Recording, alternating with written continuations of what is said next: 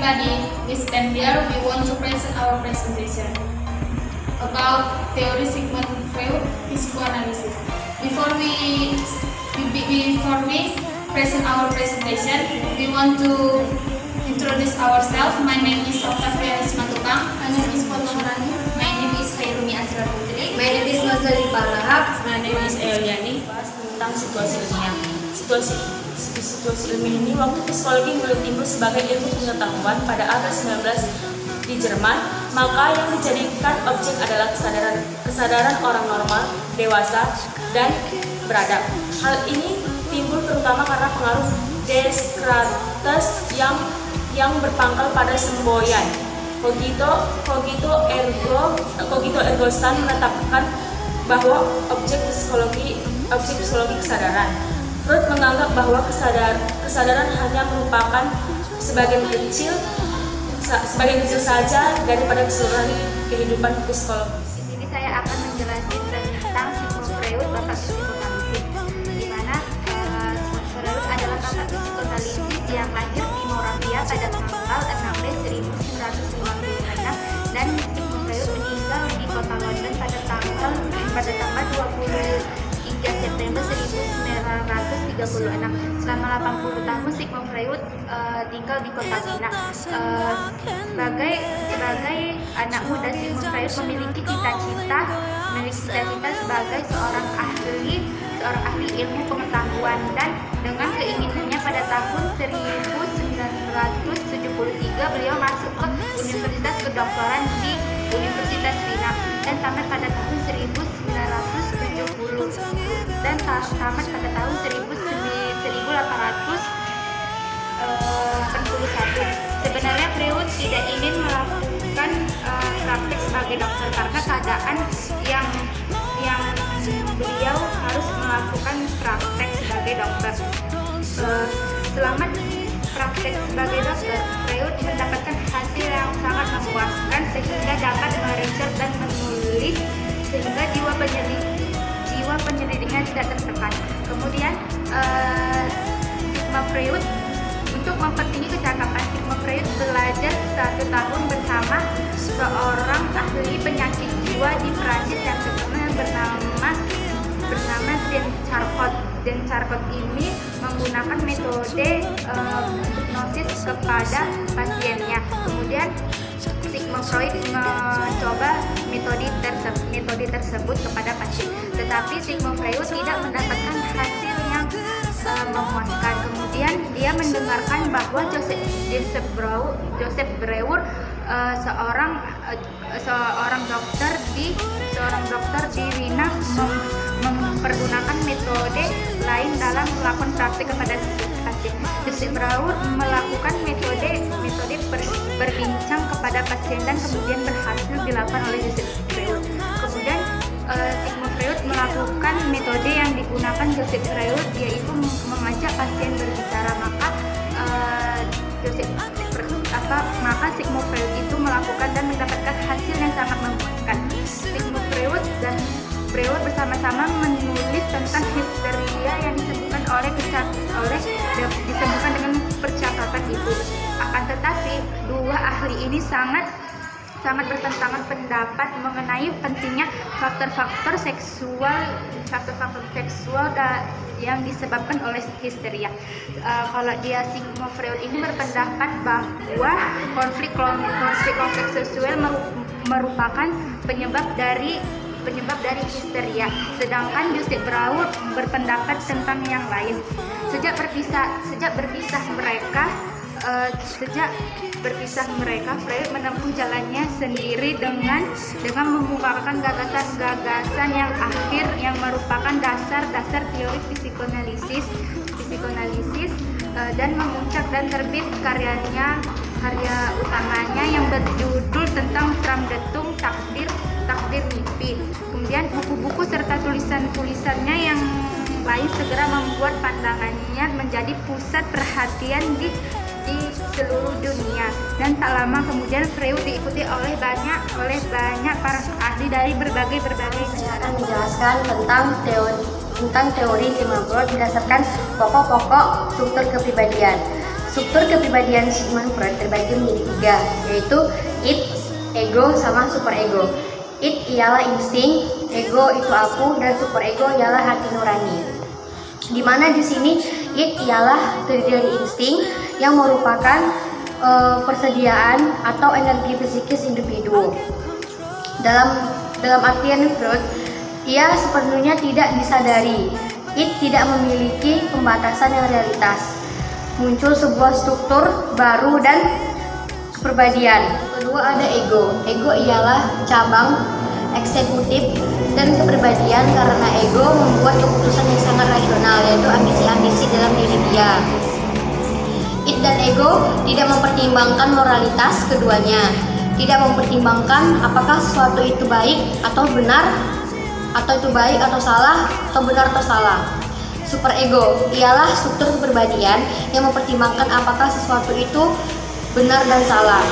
Superego seringkali kita juluki sebagai hati nurani. Menurut Freud, kepribadian dapat diumpamakan sebagai sebuah gunung es yang sangat besar. Sebagian besar kepribadian kita terletak di bawah gunung, di bawah tingkat kesadaran kita. Seperti halnya sebagian besar dari sebuah gunung es terletak di bawah permukaan air. Dalam pandangan Freud, ego harus menyelesaikan konflik antara tuntutan, realitas, harapan, id, dan pembatasan dan superego. Ketika ego menangkap bahwa tuntutan id dapat membahayakan, timbullah kecemasan yang mengingatkan ego untuk menyelesaikan konflik melalui mekanisme pertahanan. Menurut Freud, resepsi merupakan mekanisme pertahanan yang paling kuat dan bersifat naluriah. Pandangan Freud, masa kanak-kanak awal sama sekali merupakan pengalaman yang bersifat seksual yang terlalu menakutkan, menekankan bagi kita diatasi secara sadar. Kita mengurangi kecemasan ditimbulkan oleh konflik dengan cara yaitu melalui pengalaman-pengalaman. Struktur kepribadian memiliki contoh id insting, yaitu misalnya kita makan atau lagi lapar, kita itu pasti maunya makan. Dan ego, kita tuh melakukan ego, apakah kita dengan cara mencuri atau mencari makanan tersebut. Dan superego yaitu hati nurani, kita melakukannya atau tidak. Kalau kita misalnya mencuri, berarti itu melakukan ke hal yang negatif, sedangkan kita mencarinya yaitu mencari dengan sendirinya, itu melakukan dengan hal positif. Satu contoh lagi misalnya dalam kontes ranking sekolah, misalnya id insting, aku tuh pengennya dapat ranking. Egonya itu dengan cara mencontek atau dengan cara dia usaha atau belajar dengan sendirinya. Baru ke superegonya yaitu dengan hati nuraninya. Dia dengan mendapatkan nilai tinggi itu dia harus mencontek atau dengan dia belajar diri sendiri. Tentang dinamika kepribadian, Freud sangat terpengaruh oleh filsafat determinisme dan politisme pada abad 21 yang menganggap organisme sebagai suatu kompleks sistem energi yang memperoleh energinya dari makanan serta mempergunakannya untuk bermacam hal seperti sirkulasi, pernapasan, gerakan otot, mengingat, berpikir, dan sebagainya. Berdasarkan pemikiran Freud berpendapat bahwa energi psikis dapat dipindahkan ke energi fisiologis dan sebaliknya. Dinamika kepribadian terbagi menjadi 3, ada insting. Insting itu adalah suatu rangsangan somatis yang dibawa dari lahir. Keinginan adalah perangsang psikologis, sedangkan kebutuhan adalah perangsang jasmani. Dalam organisme juga dapat dirangsang dari luar. Kendati pun demikian, Freud beranggapan bahwa sumber-sumber perbandingan dengan insting. Pada umumnya, perangsang dari luar lebih sedikit pengaruhnya terhadap individu daripada perangsang dalam.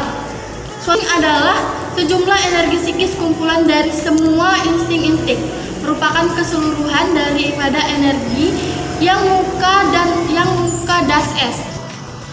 Insting mempunyai 4 macam sifat, yaitu sumber insting. Sumber insting adalah kondisi jasmania dan kebutuhannya.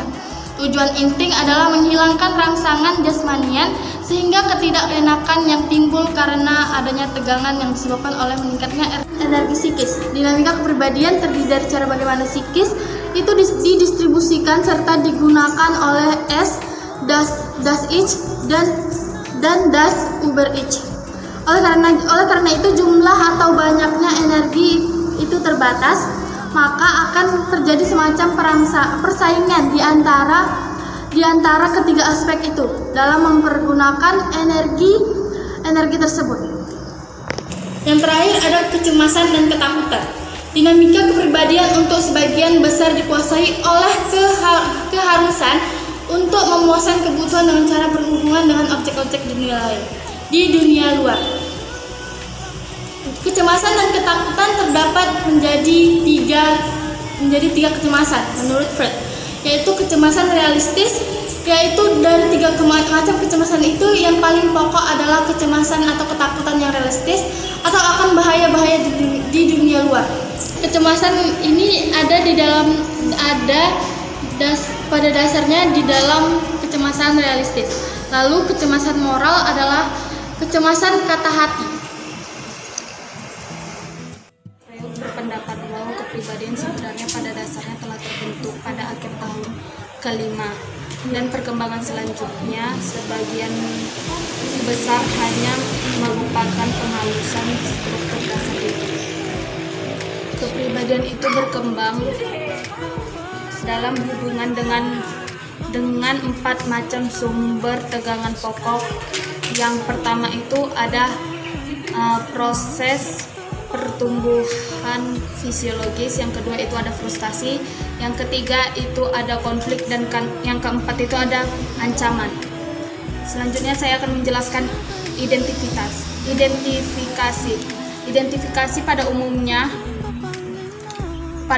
berlangsung tidak disadari, dilakukan dengan maksud sadar, mengemukakan bahwa orang yang mengidentifikasi diri dengan semua hal yang ada pada diri orang lain di tempat ia mengidentifikasi itu, akan tetapi dapat dikemukakan bahwa orang tidak perlu mengidentifikasi diri dengan semua hal yang ada pada orang lain yang di tempat dia mengidentifikasi diri. Akan tetapi biasanya dia memilih hal-hal yang dianggapnya akan dapat merubah atau mencapai maksud-maksud yang dia tentukan. Saya akan menjelaskan tentang pemindahan objek. Selama proses pemindahan itu sumber dan tujuan instrukturnya tetap, hanya objeknya aja yang diubah-ubah. Dalam pada itu, jarang sekali objek pengganti itu dapat memberi pemuasan sebesar objek asli. Maka makin sedikitlah tegangan yang dapat direduksikan. Adapun arah pemindahan objek ini ditentukan oleh 2 faktor, yang pertama itu kemiripan objek pengganti terhadap objek aslinya, dan yang kedua itu sanksi-sanksi dan larangan-larangan masyarakatnya. Dan yang ketiga ada mekanisme pertahanan Das Ich. Di sini saya akan menjelaskannya.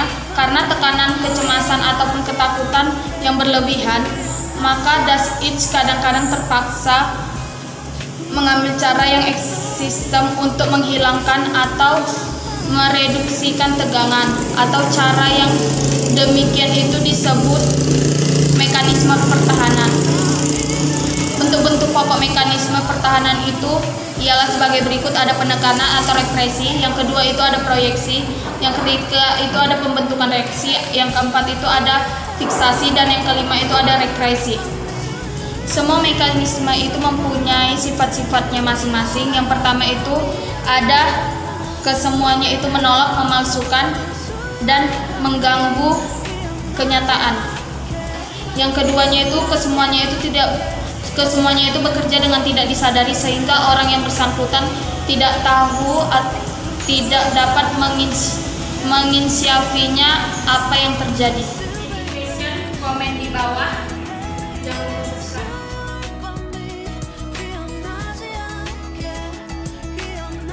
Presentation. Thanks for your time. Thanks for your attention.